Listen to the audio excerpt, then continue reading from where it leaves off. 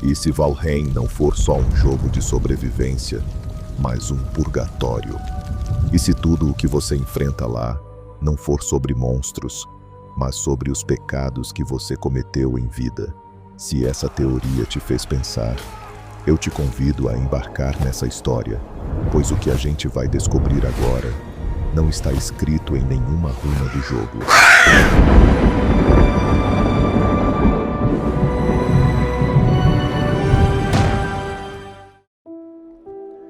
Galera, também fiquei surpreso com essa teoria, mas ela faz muito sentido se a gente observar melhor o que acontece dentro do jogo. Tudo começa com a sua chegada. Você surge nesse mundo sem nome, sem lembranças, apenas trapos e frio. E aí vem um impulso: sobreviver, construir, conquistar. O sentimento de sobrevivência e de conquista enche o seu coração. Mas conquistar o quê? Sobreviver ao quê? Um mundo que não muda, onde o tempo parece não passar e onde só existe a sua presença, perdido num mundo gigantesco criado por Odin. As runas espalhadas por Valheim contam fragmentos de histórias de guerreiros que vieram antes de você, mas nenhuma dessas histórias possui um final feliz. Onde estou? Que lugar é este? Guerreiros que também foram lançados por Odin em Valheim.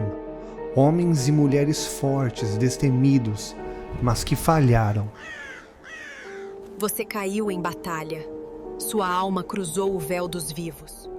Agora você está entre os ecos da morte e o chamado de Valheim. São muitos questionamentos. Será que eles não entenderam o plano da redenção? Ou preferiram não enfrentar os seus pecados materializados por Odin em Valheim? Talvez eles não tenham morrido. Talvez tenham sido levados. Ou, por suas falhas, foram transformados em outra coisa. Segundo os rumores, os que falharam foram condenados por Odin, transformados em criaturas podres que vagam sem alma pelos pântanos de Valheim, afundados na lama de seus próprios erros e cegos pela arrogância que os destruiu. Você acha mesmo que está lutando contra monstros? Mas e se eu te dissesse que está apenas enfrentando a si mesmo? Cada um desses chefes pode ser o reflexo distorcido de quem você foi antes de morrer.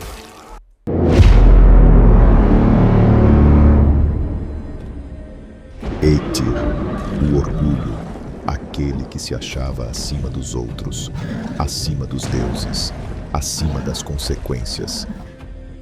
O ancião, o mal, você manipulou, enganou, destruiu com suas mentiras. Agora, as raízes do mal que plantou vieram te buscar. Bonimas, a corrupção.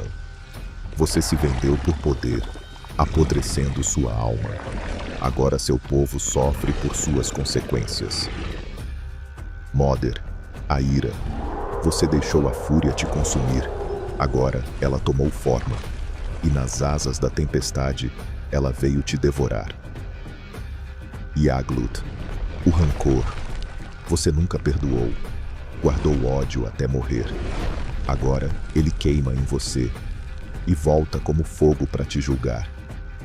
A rainha, a ambição. Você fingiu ser leal, mas usou todos como degraus. A ambição que te fez crescer te arrasta para a escuridão. Fader, a obsessão. Você queimou tudo ao seu redor, mas agora só restou o vazio de quem arde por dentro e não pode apagar. Bom, galera, isso nos mostra que Valheim não testa a sua força, testa quem foi você no passado.